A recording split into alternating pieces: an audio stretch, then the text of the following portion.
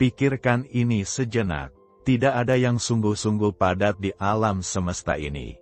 Apa yang kita anggap sebagai benda, tubuh kita, bahkan planet dan bintang-bintang, ketika dilihat dari mata fisika kuantum, ternyata hanyalah getaran energi dalam ruang kosong. Atom, yang dahulu dipercaya sebagai batu bata paling solid dari realitas, kini terbukti adalah pola-pola probabilitas, gelombang yang menari dalam ketidakpastian. Partikel sebenarnya bukan partikel dalam pengertian benda, melainkan gelombang energi yang eksis hanya saat diamati. Jadi, pada level terdalamnya, tidak ada yang benar-benar ada kecuali energi. Inilah wahyu baru dari sains, bahwa energi adalah fondasi dari segala sesuatu. Ia tidak diciptakan dan tidak bisa dimusnahkan. Ia tidak berwujud, tapi menciptakan wujud. Ia tidak terlihat, tapi menjadi dasar dari segala yang tampak. Dan dalam pengertian terdalam, itulah yang disebut sebagai Tuhan. Bukan Tuhan sebagai sosok tua di langit, bukan pula Tuhan yang terpisah dari ciptaannya. Tapi Tuhan sebagai keberadaan itu sendiri. Sebagai energi murni yang menjadi segalanya, tanpa awal, tanpa akhir, dan hadir dalam setiap bentuk dan peristiwa. Fisikawan seperti Albert Einstein dan David Bohm telah menyentuh pemahaman ini, bahwa realitas tidaklah terdiri atas bagian-bagian terpisah, melainkan kesatuan yang saling terhubung oleh medan energi universal. Dan disinilah titik temu paling radikal antara sains modern dan spiritualitas kuno, ketika kita menyadari bahwa energi yang menghidupi alam semesta adalah Tuhan itu sendiri. Dengan pemahaman ini, kita tidak lagi melihat Tuhan sebagai sesuatu yang jauh, misterius, dan menghakimi, tapi sebagai denyut kehidupan itu sendiri, sebagai kesadaran di balik semua bentuk, sebagai energi suci yang tak pernah berhenti menari dalam segala sesuatu, termasuk dalam diri kita. Inilah saatnya kita menyapa Tuhan bukan dengan rasa takut, tetapi dengan rasa satu. Bukan dengan jarak, tapi dengan pengakuan bahwa kita, kamu, aku, adalah pancaran energi yang sama. Bahwa kita adalah bagian dari Tuhan yang sedang mengenal dirinya sendiri. Di tengah deru zaman yang semakin cepat, teknologi yang kian canggih, dan arus informasi yang mengalir tanpa henti, ada satu pertanyaan lama yang tetap menggema di hati manusia modern. Siapakah Tuhan sebenarnya? Atau, di manakah Tuhan dalam semua ini? Pertanyaan ini bukan sekadar wacana teologis atau diskusi akademik semata. Ia adalah bisikan sunyi yang muncul di malam-malam penuh keheningan, saat kita menatap langit dan bertanya pada diri sendiri. Apakah hidup ini hanya kebetulan biologis? Ataukah ada kekuatan yang lebih besar, lebih dalam, dan lebih bermakna di baliknya? Banyak manusia hari ini merasa tercerabut dari akar spiritualnya. Bagi sebagian orang, agama tradisional terasa semakin jauh, terlalu kaku, terlalu dogmatis. Di sisi lain, sains modern sering dipandang dingin dan kering, seolah menempatkan Tuhan di luar laboratorium, dan menghapus makna dari keberadaan. Sementara spiritualitas berkembang dengan berbagai wajah baru, namun tak jarang dicurigai sebagai ilusi emosional tanpa fondasi yang kokoh. Ketegangan antara agama, spiritualitas, dan sains membuat banyak orang merasa bimbang. Haruskah kita memilih satu dan meninggalkan yang lain? Ataukah mungkin ada jalan ketiga? Sebuah jalan di mana sains tidak memusuhi kepercayaan, dan kepercayaan tidak membutakan akal. Disinilah pentingnya pendekatan baru yang menyatukan. Sebuah pandangan yang tidak hanya merangkul logika dan eksperimentasi ilmiah, tetapi juga memeluk kehausan jiwa akan makna dan keajaiban. Kita hidup di era di mana tembok-tembok pemisah mulai retak, dan percakapan antara laboratorium dan kuil, antara mikroskop dan meditasi, mulai menemukan titik temu. Dan titik temu itu, mungkin ada pada energi. Fisika kuantum, salah satu penemuan paling revolusioner dalam sejarah manusia, menawarkan lensa baru untuk melihat realitas. Ia mengajarkan bahwa segala sesuatu adalah energi. Atom, cahaya, tubuh kita, bahkan pikiran terbentuk dari energi. Lebih dari sekadar penemuan ilmiah, ini adalah ajakan untuk memahami kembali dunia, bukan sebagai kumpulan benda mati, tetapi sebagai tarian kosmis yang hidup.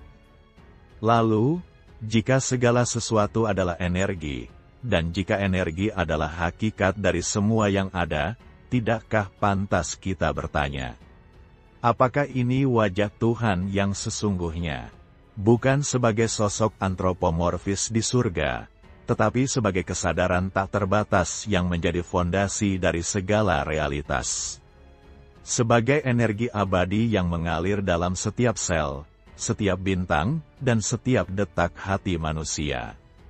Inilah yang akan kita jelajahi, bahwa Tuhan, dalam cahaya sains modern dan gema kebijaksanaan kuno, bukanlah sesuatu yang terpisah dari semesta, tetapi adalah energi itu sendiri. Dan dalam pemahaman ini, mungkin kita tidak lagi harus mencari Tuhan keluar sana, sebab ternyata, kita telah hidup di dalamnya. Kenyataan yang kita kenal bukanlah sebagaimana tampaknya. Apa yang kita anggap sebagai padat, nyata, dan berbentuk, sesungguhnya hanyalah ilusi. Fisika kuantum, cabang sains yang berani menelanjangi hakikat realitas, datang dengan pesan mengguncang, realitas yang kita lihat, bukanlah realitas sejati. Selama berabad-abad, manusia mengira bahwa segala sesuatu tersusun dari blok-blok padat bernama atom, batu bata kecil pembentuk alam semesta. Namun, ketika para ilmuwan menyelami atom lebih dalam, mereka menemukan sesuatu yang sungguh mengejutkan. Atom sebagian besar adalah ruang kosong. Bahkan, lebih dari 99,99% dari volume atom hanyalah kehampaan.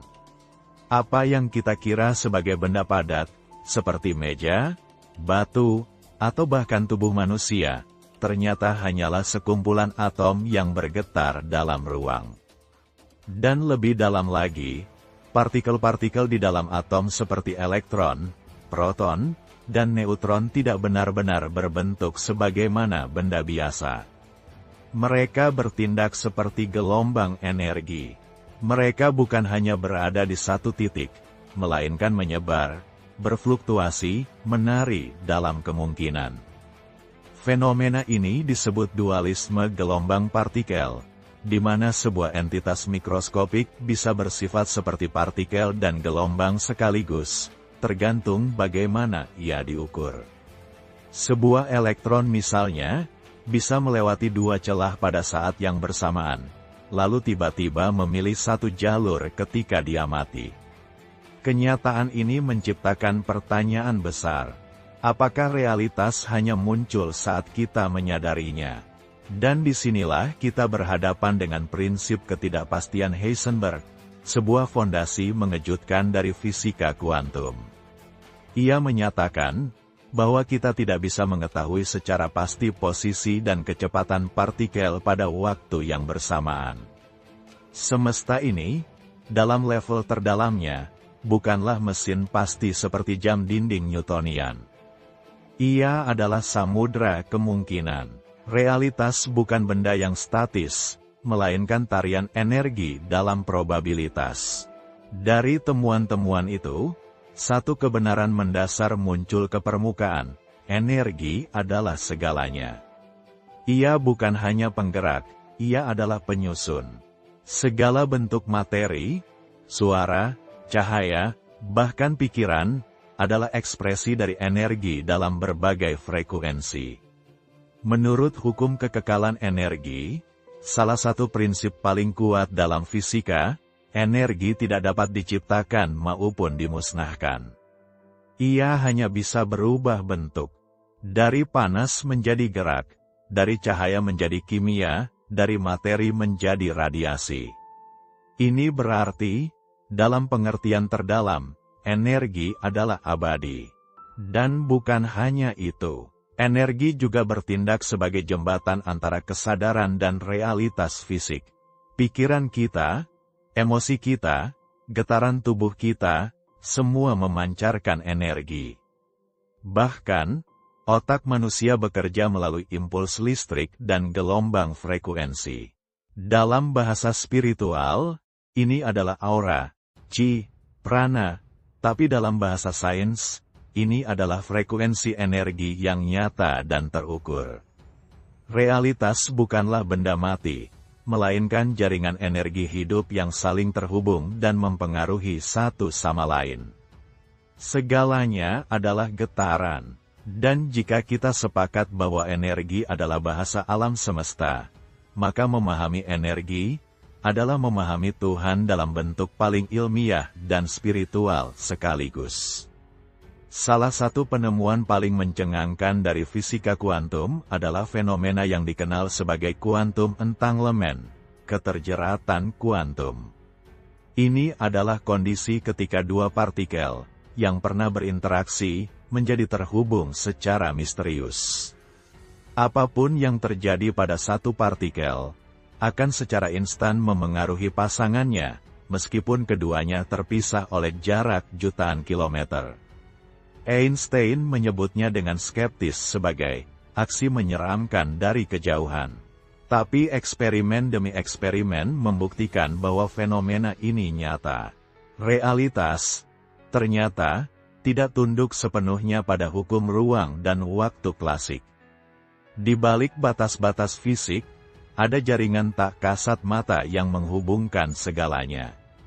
Apa artinya ini bagi kita? Ini berarti, pada level energi terdalam, tidak ada yang benar-benar terpisah.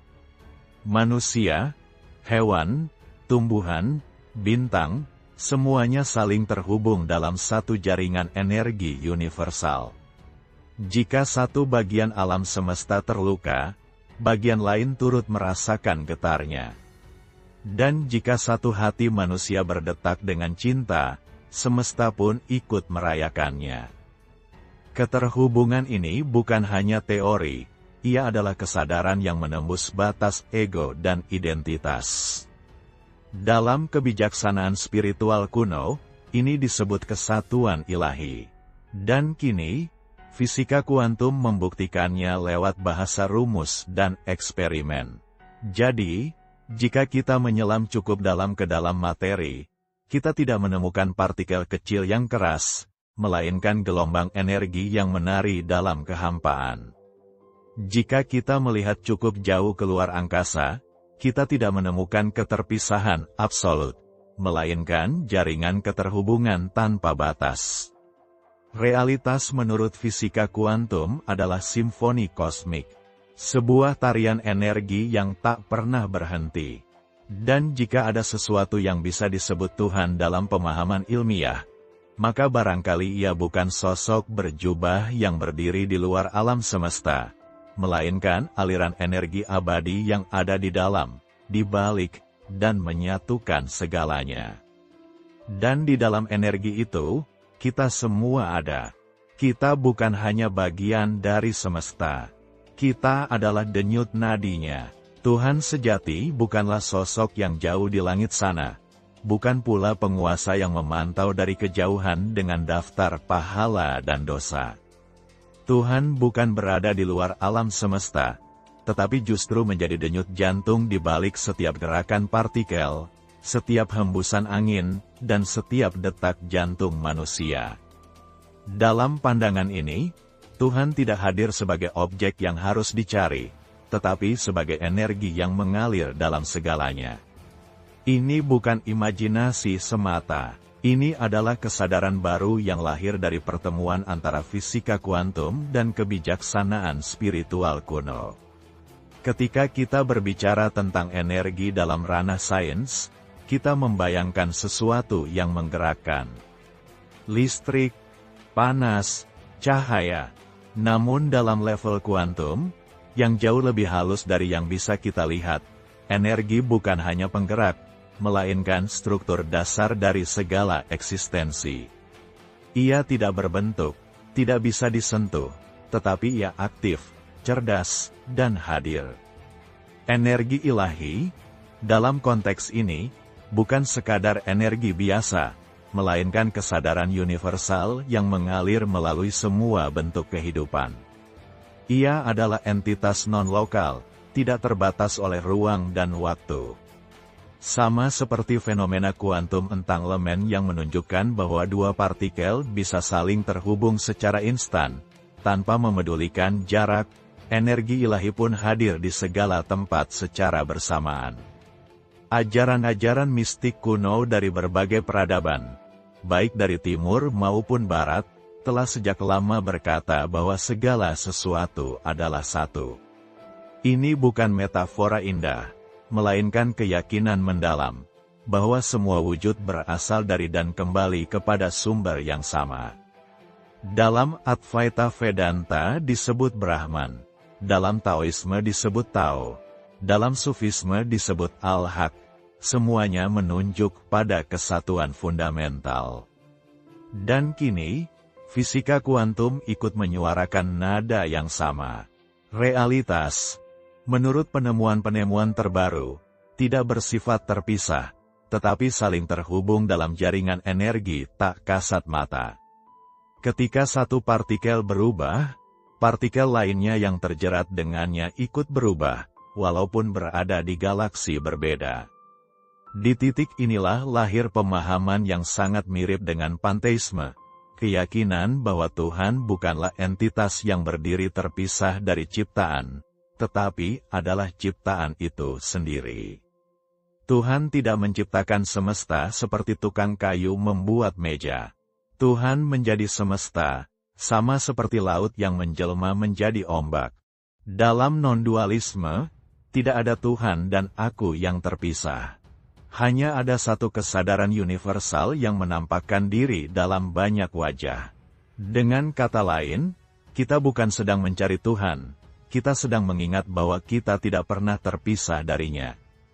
Banyak orang mengira bahwa Tuhan hadir melampaui hukum alam, melakukan mukjizat, mencampuri, bahkan melawan hukum-hukum fisika demi tujuan tertentu. Namun pandangan ini semakin sulit dipertahankan di era ilmu pengetahuan. Mukjizat tidak harus berarti pelanggaran hukum alam. Mukjizat sejati adalah keberadaan hukum itu sendiri. Tuhan, dalam pemahaman energi ilahi, bukanlah pelanggar hukum alam, melainkan manifestasi hukum itu sendiri. Gravitasi, elektromagnetik, gerak planet, bahkan gelombang otak manusia, semuanya tunduk pada keteraturan yang luar biasa, yang menjadi bukti kecerdasan agung di balik segalanya. Dengan pemahaman ini, alam semesta tidak lagi sekadar ciptaan dalam artian benda mati. Alam semesta adalah entitas sadar. Ia adalah ekspresi langsung dari energi ilahi, yang sedang mengenali dirinya sendiri melalui bentuk-bentuk tak terhingga. Galaksi, air, musik, cinta, dan manusia. Dalam tiap tetes air, ada cahaya Tuhan. Dalam tiap nafas, ada denyut energi semesta. Maka jika kita ingin mengenal Tuhan, kita tidak perlu pergi jauh. Cukup menyadari, dengan jernih dan hening, bahwa Tuhan sedang bernafas melalui kita.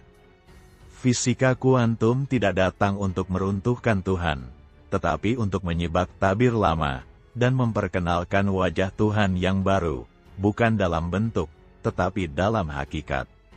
Bukan dalam dogma, tetapi dalam kesadaran.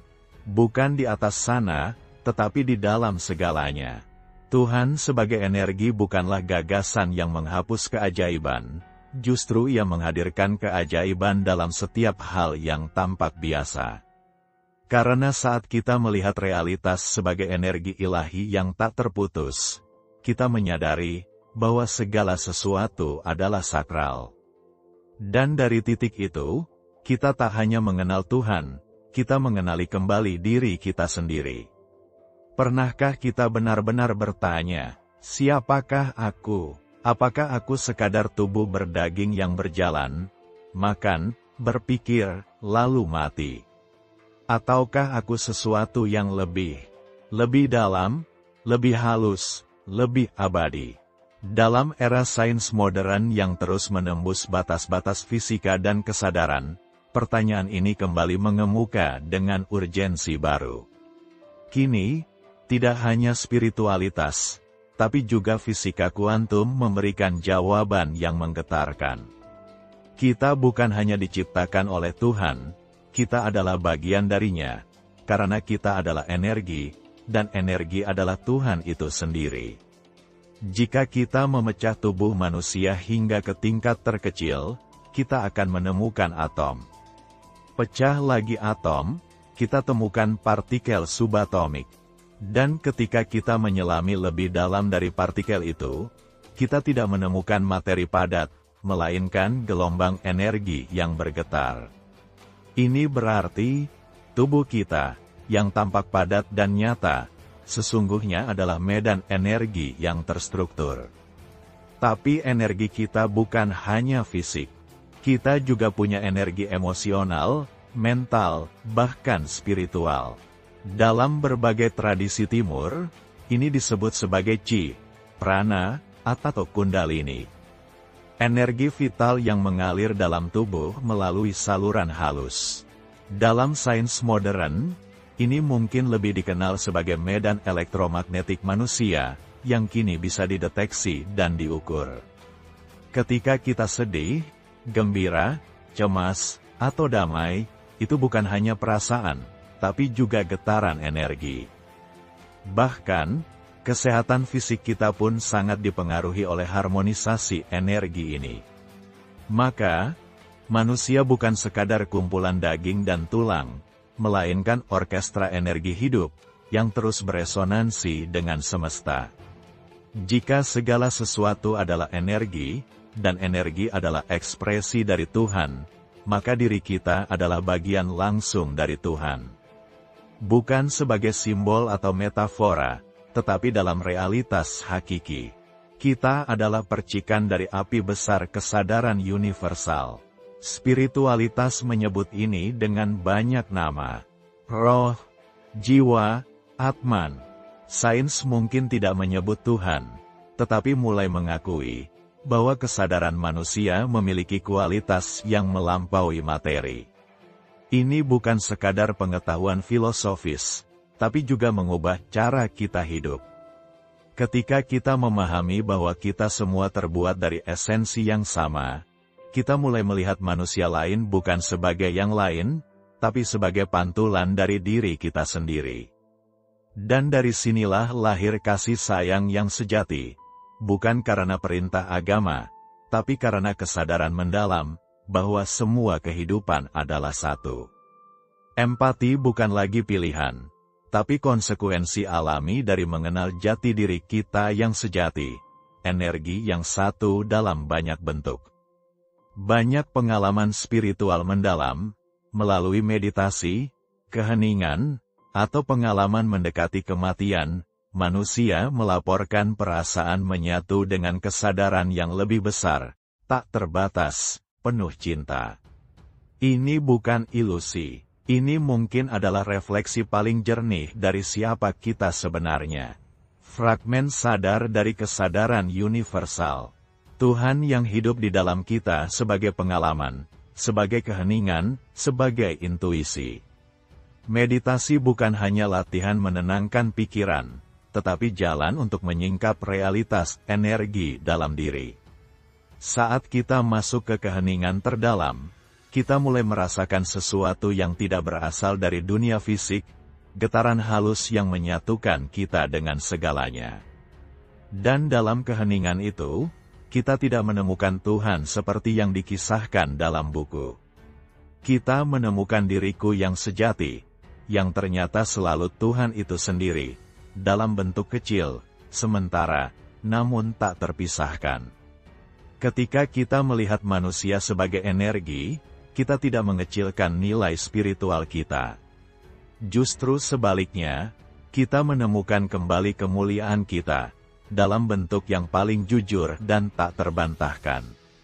Kita tidak lagi terjebak dalam dikotomi antara materi dan roh, antara sains dan agama, karena kita menyadari bahwa semua itu hanyalah bahasa yang berbeda untuk menyebut kebenaran yang sama.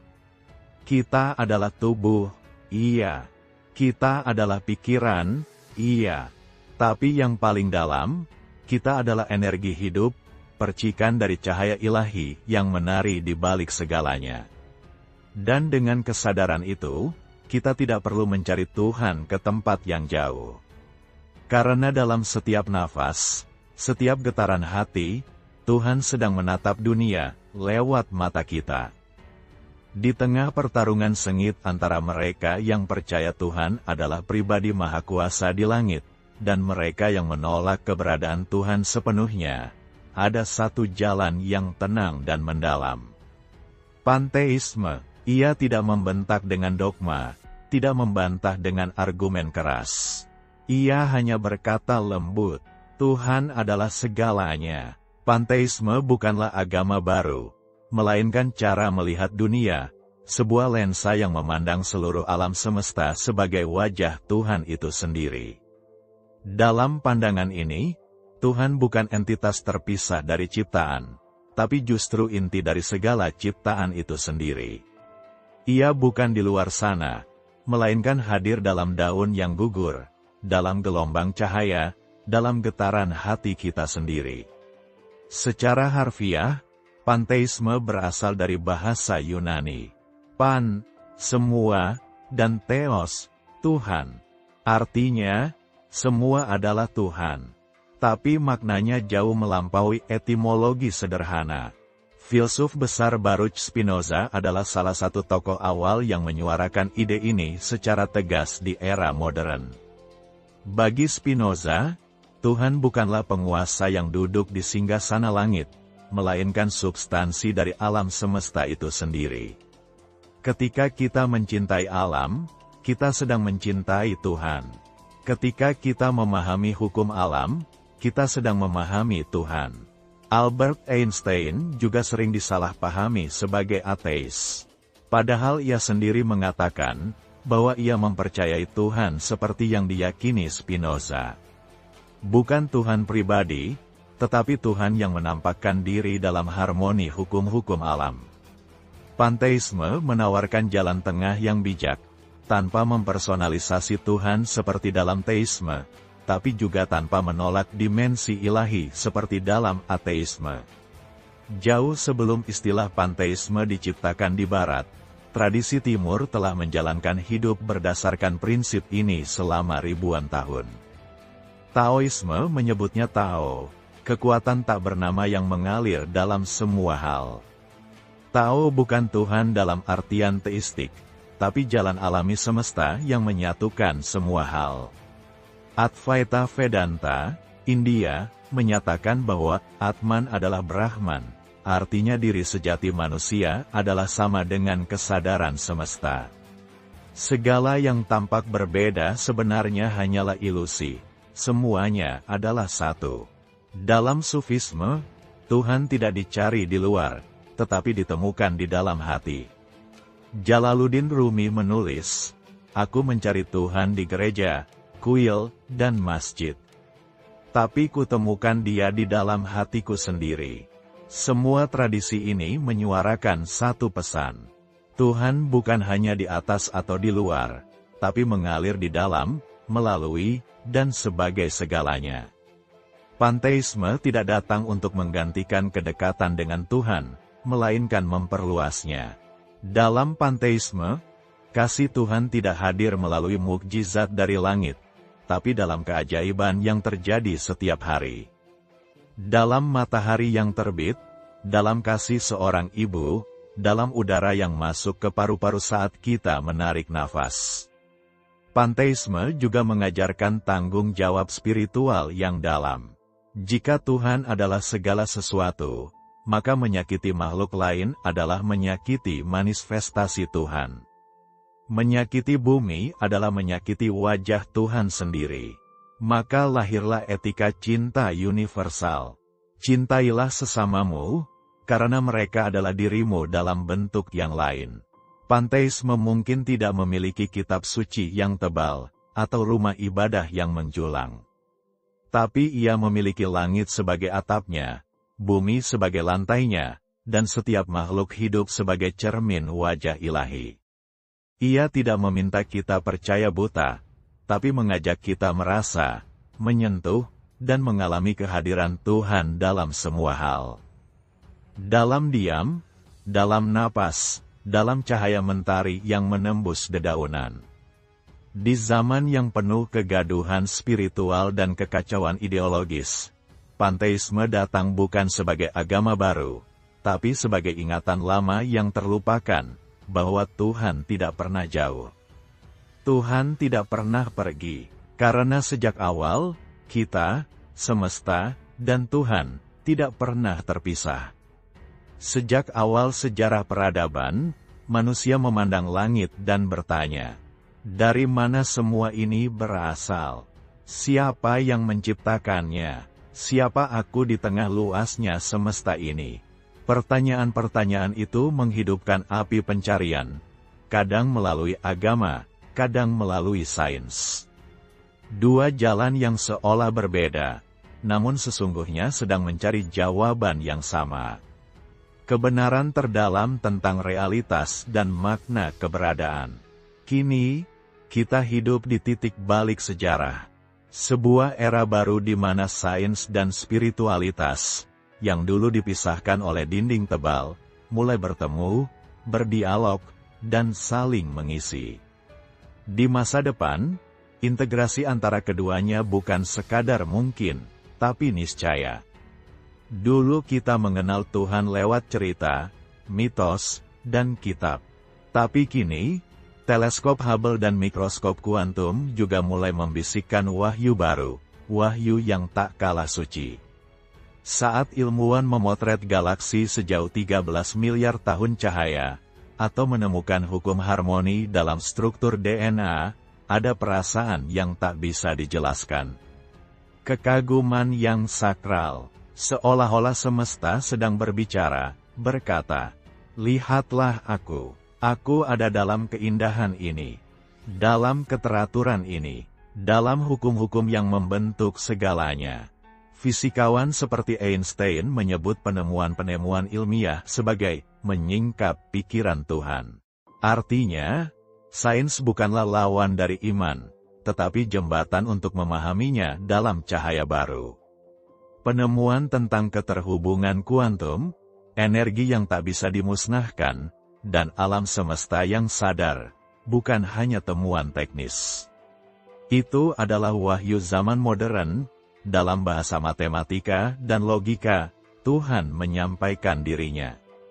Tapi untuk menyambut masa depan ini, kita perlu mengubah fondasi pendidikan kita. Bayangkan sebuah sekolah di mana anak-anak tidak hanya belajar tentang gravitasi, tetapi juga belajar merasakan kesatuan dengan bumi. Di mana mereka tidak hanya mempelajari sel dan atom, tetapi juga belajar menghormati kehidupan sebagai bagian dari kesadaran semesta. Sudah waktunya kurikulum kita menyatukan sains dan spiritualitas. Bukan dalam bentuk agama yang mengikat, tapi spiritualitas yang membebaskan. Spiritualitas yang tidak memaksakan ritual, tetapi menghidupkan rasa ingin tahu, kasih, dan kesadaran diri. Spiritualitas seperti ini bukan tentang percaya pada Tuhan yang jauh di langit, tapi tentang mengalami Tuhan di dalam diri sendiri, dalam keheningan, dalam empati, dalam kesadaran yang tumbuh. Ini adalah spiritualitas tanpa dogma, di mana kesadaran adalah tujuan hidup, bukan hanya pencapaian materi. Bayangkan dunia di masa depan, di mana umat manusia tidak lagi terpecah oleh nama Tuhan yang berbeda, warna kulit yang berbeda, atau batas negara yang dibuat manusia. Karena ketika kita menyadari bahwa kita semua adalah energi dari sumber yang sama, maka semua perbedaan hanyalah kostum dalam panggung kehidupan. Kita adalah satu kesadaran, dalam miliaran bentuk dan cerita. Inilah kesadaran global yang sedang lahir, perlahan, tapi pasti. Semakin banyak orang mulai memahami, bahwa perdamaian tidak dimulai dari perjanjian politik, tapi dari kesadaran, bahwa tidak ada yang lain. Semua adalah diri kita, dalam bentuk lain. Dan yang akan mendorong revolusi kesadaran ini bukanlah senjata atau kekuasaan, tapi satu kekuatan yang telah lama diremehkan. Energi cinta. Cinta bukan hanya perasaan. Dalam perspektif kuantum dan spiritual, cinta adalah frekuensi tertinggi, getaran paling murni yang menyatukan seluruh eksistensi. Dalam cinta, atom saling tarik-menarik, planet berputar, sel membelah, dan manusia saling menyentuh jiwa.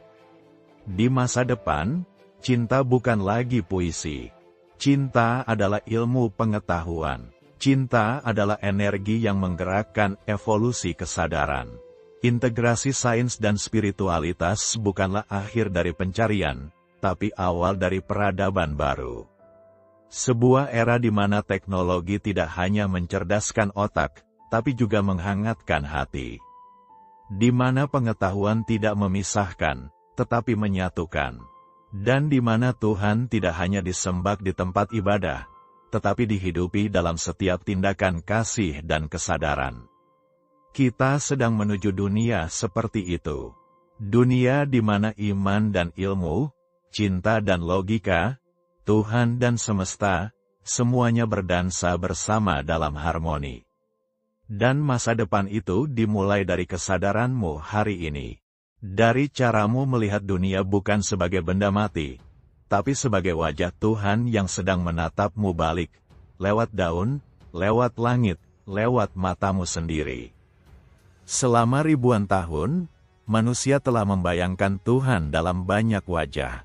Sebagai Raja Agung di langit, sebagai hakim yang menilai dosa, sebagai kekuatan misterius yang jauh dan tak terjangkau. Dan dalam bayangan itu, kita pun tumbuh dengan rasa takut, tunduk, bahkan kadang merasa tak layak. Kita diajarkan bahwa Tuhan adalah yang di atas, dan kita, manusia fana, adalah yang kecil di bawah. Namun sekarang, di era baru ini, kita diberi kesempatan untuk melihat Tuhan dengan mata yang baru. Mata yang tidak hanya membaca kitab suci, tetapi juga membaca struktur atom. Mata yang tidak hanya menangis di altar, tetapi juga takjub di bawah langit malam. Fisikawan telah menunjukkan bahwa dasar dari semua realitas bukanlah benda, tetapi energi yang saling terkait dalam tarian gelombang yang indah. Spiritualitas kuno telah lama menyuarakan bahwa Tuhan adalah segalanya, dan segala sesuatu adalah Tuhan. Kini, dua jalur ini, ilmu dan jiwa, bertemu di satu titik keheningan. Bahwa Tuhan bukan sekadar kepercayaan, Tuhan adalah struktur realitas itu sendiri. Tuhan bukan sosok yang jauh di luar sana, melainkan kesadaran yang hadir dalam segala sesuatu, dan juga dalam dirimu. Kita tidak perlu lagi takut kepada Tuhan seperti kepada penguasa yang murka. Kita hanya perlu mengenalinya, dalam setiap nafas, dalam getaran atom, dalam denyut hati yang penuh kasih. Dan ketika kita memahami bahwa kita tersusun dari energi yang sama dengan bintang-bintang, bahwa kesadaran kita adalah bagian dari kesadaran universal, maka lahirlah perubahan besar dalam cara kita memandang diri sendiri. Kita bukanlah makhluk kecil yang tidak berarti di tengah jagat raya. Kita bukanlah debu yang terbuang dalam kesunyian kosmik. Kita adalah bagian dari keagungan itu sendiri. Jadi, mari berhenti mencari Tuhan di tempat yang jauh. Berhentilah merasa terpisah, merasa tidak cukup, merasa kecil. Karena sesungguhnya, sejak awal hingga akhir, Tuhan tidak pernah meninggalkan kita. Yang perlu kita lakukan hanyalah melihat dengan mata yang baru. Mata yang penuh cinta, mata yang penuh kesadaran, mata yang mengenali bahwa segala sesuatu adalah sakral, karena segalanya adalah Tuhan. Termasuk kamu.